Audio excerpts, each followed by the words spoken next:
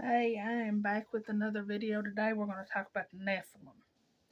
The Hebrew word for Nephilim is translated as giants and also the fallen ones. We're going to read Genesis chapter 6 verses 1 through 7. Okay. It says, "And it came to pass, when men began to multiply on the face of the earth, and daughters were born unto them, that the sons of God saw the daughters of men, that they were fair, and they took them wives of all which they chose. And the Lord said, My spirit shall not always strive with man, for that he also is flesh, yet his days shall be 120 years. There were giants in the earth in those days, and also after that, when the sons of God came in unto the daughters of men, and they bare children to them. The same became mighty men, which were old men of renown.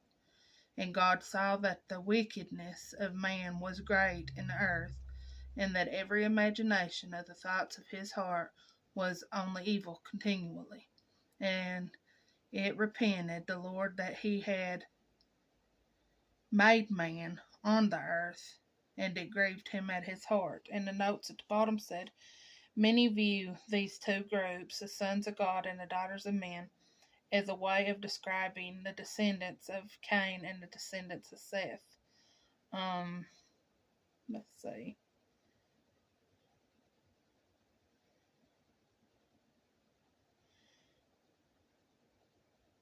It says, in this case, the events described here represent a mingling of the godly with the ungodly. And it says, other interpretations of this passage include the idea that these are marriages between angels and humans. Okay, so, and then I done some research on it. It says the Hebrew word for Nephilim is, like I said, translated as giants and also the fallen ones. The Nephilim, the fallen ones, giants, they're saying that they're offspring of sexual relationships between the sons of God and the daughters of men. There is much debate as to the identity of the Nephilim as the sons of God, who seem to be distinct from human beings. Many believe the sons of God were fallen angels who took on physical form and mated with human females. These unions resulted in extraordinary offspring, the Nephilim, who were heroes of old, men of renown, of a giant size and apparently enhanced physical abilities. It says, let's see, if demons were involved in producing the Nephilim, it is likely those demons are the ones who were judged by God and are now kept in darkness, bound with everlasting chains in Jude 1:6. And we're going to go read that. It's a fascinating subject. It really is. There's so much you can find.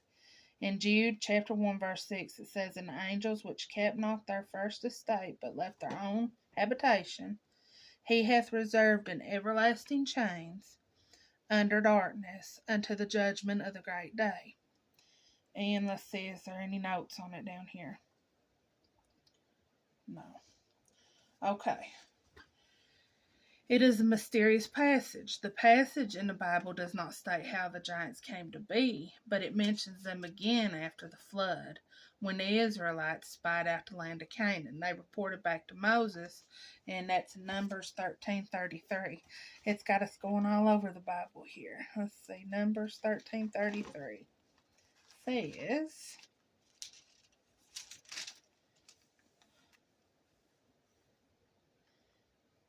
"And there we saw the giants, the sons of Anak, which come of the giants, and were in our own sight as grasshoppers, and so we were in their sight." And in the notes here it says, "The spies report that although the land is rich, it also is inhabited by mighty people who could outpower them." 10 of the spies reported that in relation to these giants, the people of Israel look like grasshoppers. The spies who make the majority report only saw the giants, whereas Joshua and Caleb saw victory. The descendants of Anak, the giants, are noted for their great size and strength. Let's see. The scripture strongly suggests that fallen angels came to earth and cohabitated with women and produced giants called Nephilim. It said, and in the King James Version, the original term is rendered giants. Some scholars have argued that fallen mighty men in Ezekiel 32:27. I should have had these marked. Let's see. Ezekiel 32:27. I'm sorry, I didn't.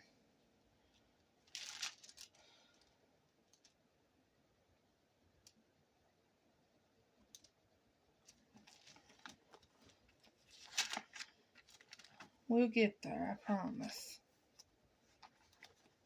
Bear with me.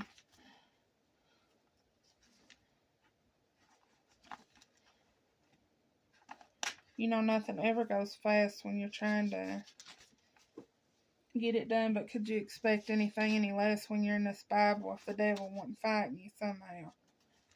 32:27. Ezekiel.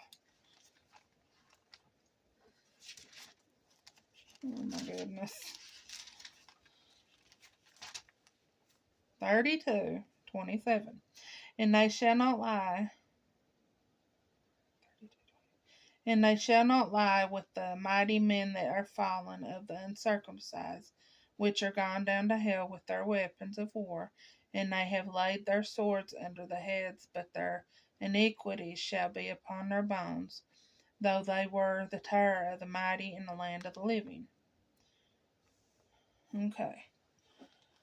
It says it's an indirect reference to the Nephilim. It states they were on earth in those days, and also afterwards. So, like I said, there's so much you can read on that. And I know there's a set of books they have out talking about the Nephilim I actually want to get, and I'm going to get, and we might go over them on here. But that's all I have on it today. I'd like to actually dig into it a little deeper and see what else I can find. But that was hours of research there.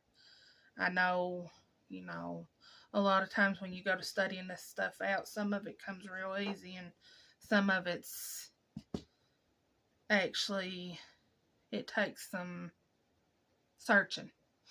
But that is it for today. Don't forget to like, comment, and subscribe. I love each and every one of you, and I will see y'all next week. Bye.